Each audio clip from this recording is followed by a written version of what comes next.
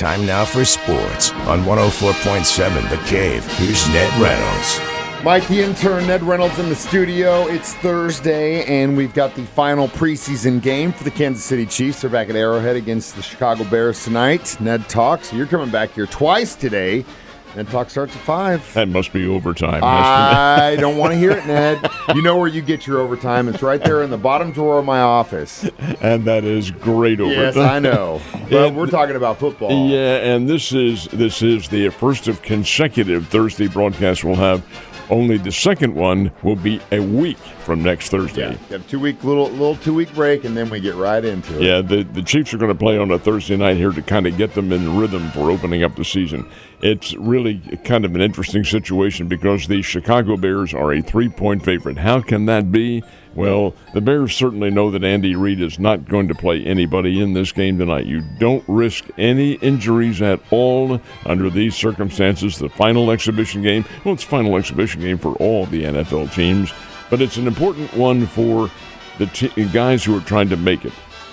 Now, the Chiefs still have a full roster of over 90. They have to get down to the 53-player limit by August the 27th, and that's just a few days from now. So this will be the final test for a lot of guys who are hanging on there and hoping for that final spot. But that's what you'll see tonight, and really there's, as far as a contest is concerned, there's no telling what you might see. Yeah, that's always up in the air. But like I said earlier this week, it's really it'll be interesting to see who steps up into those second and third roles and kind of hopefully create some depth for the team, because right now it's looking a little shaky in my opinion.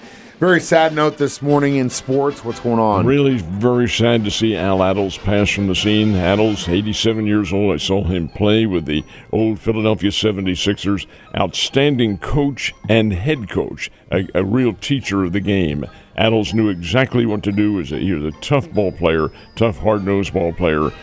Perhaps not the greatest scorer in all the world, but perfectly good on defense and effective at key moments on offense. But it's his coaching with the Golden State Warriors that really got him into a memorable situation. Very sad note, Al Attles leaving us at the age of 87. Definitely played when the game was completely different than it is today, Ned. And finally, I was thinking about this. We were talking about the golf tournament yesterday, and it came across my mind. My mom lived out in Colorado for almost damn near 20 years, and every time I was out there, especially altitude, it's a little tough to breathe. You think these guys are having a little trouble walking that course? Let's just say that the ball is going to fly a lot easier or more readily than it does at a lower level. Of course, that's the Mile High City. They're playing outside of Denver in Castle Rock, Colorado. This is a good course. It's an 8,100-yard course, which is longer than most of the courses used. But that's because the ball is going to go a little bit further under the rarefied air conditioning. I use air conditioning in a euphemism here because it probably will be cooler out in the Denver area. Anyway, beside the point, this is the second of the PGA FedEx playoffs, and this one at Castle Rock is worth, I love this, $4 million to the winner. The winner on Sunday will pocket $4 million. But that is chicken feed compared to for what they are playing Labor Day weekend in Atlanta. That's the final. That's the championship, the final 30 players, 30 points getters on the tour. And that winner will get $25 million individually. But that's also Labor Day weekend. This one's $4 million.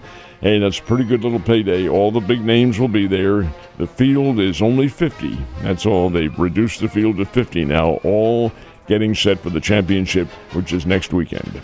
Just wanted to look it up so far this year. Scottie Scheffler, almost $30 million. Yeah, almost 30. Suppose he wins that $25 million first prize. I mean, my God, the man can buy a small country. Well, hey, what's Ohtani making playing for the Dodgers? I mean, come on. It's got to be comparable, right? It's like the St. Louis Cardinals listened to our broadcast yesterday, at least you specifically talking about how they couldn't hit the ball.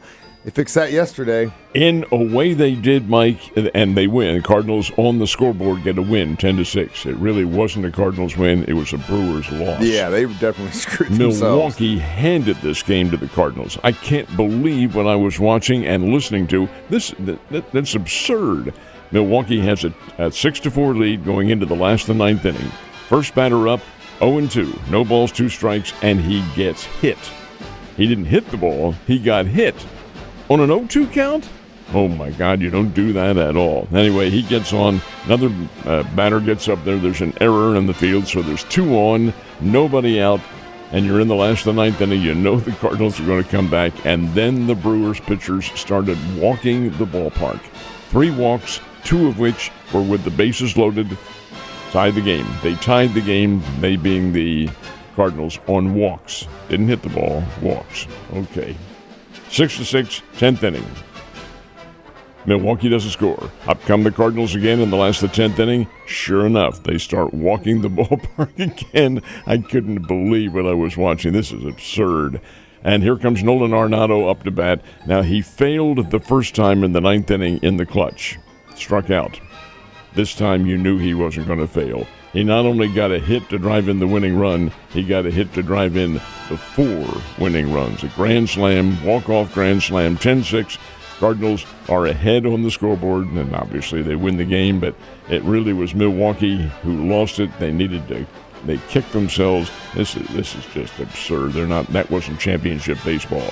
Those 2 teams play again this afternoon in St. Louis. And the interesting thing is, and don't hold your breath, Cardinals, but it would seem to me that the St. Louis Cardinals will probably, in their fashion, win today, too, just to give you a little bit of hope to keep you going towards the end. Now, the Royals took care of business in Kansas City against the Angels yesterday. How about Michael Lorenzen? He was nothing short of outstanding. Pitched 7 innings of shutout baseball, had 5 strikeouts. Kyle Isbell got the key hit. It was a 2-run shot in the 2nd inning, a double.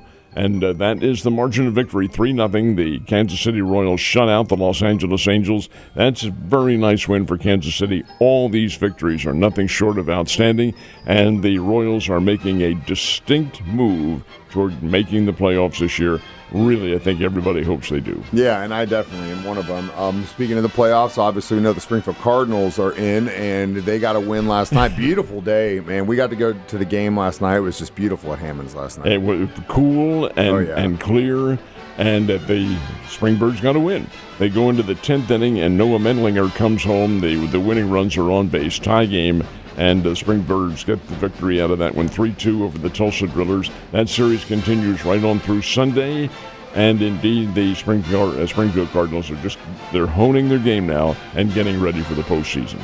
Ned, you have a great day, but guess what? You're coming back tonight. Ned Talk starts at 5. 5 o'clock. 5 o'clock, 1 hour before the Chiefs' official network pregame show begins. We do our local pregame show here starting at 5. Certainly hope you join us right here on The Cave. And then the Kansas City Chiefs complete their exhibition season playing the Chicago Bears tonight at 7.